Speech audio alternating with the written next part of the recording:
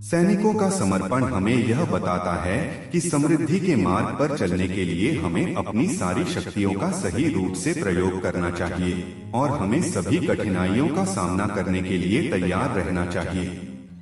सैनिकों का समर्पण हमें यह सिखाता है कि सच्ची सफलता के लिए हमें अपनी संघर्ष क्षमता को सुधारना होता है और हमें किसी भी परिस्थिति में आत्मनिर्भीकता बनाए रखना चाहिए।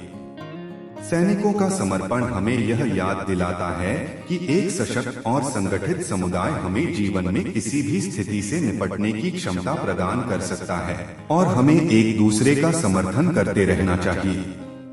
सैनिकों का समर्पण हमें यह सिखाता है कि जीवन में सफलता प्राप्त करने के लिए हमें अपने कार्यों में ईमानदारी और उत्साह के साथ कार्रवाई करना होता है और हमें अपने लक्ष्यों के प्रति पूरी तरह से समर्पित रहना चाहिए। सैनिकों का समर्पण हमें यह सिखाता है कि समृद्धि के लिए हमें जिम्मेदारी पूर्ण रूप से अपने कार्यों को निर्वहन करना चाहिए और हमें अपने लक्ष्यों की प्राप्ति के लिए संघर्ष को नकारात्मकता में बदलना चाहिए। सैनिकों का समर्पण हमें यह शिक्षा देता है कि जीवन में हमें सही फैसले लेने के लिए बुद्धिमत्ता और साहस की आवश्यकता होती है और हमें किसी भी परिस्थिति में स्थिर रहकर सफलता की दिशा में आगे बढ़ना चाहिए। सैनिकों का समर्पण हमें यह याद दिलाता है कि आत्मसमर्पण और अपने कर्तव्यों का पूरी तरह से निर्वहन करना हमें अपने लक्ष्यों की प्राप्ति में सफलता दिलाता है।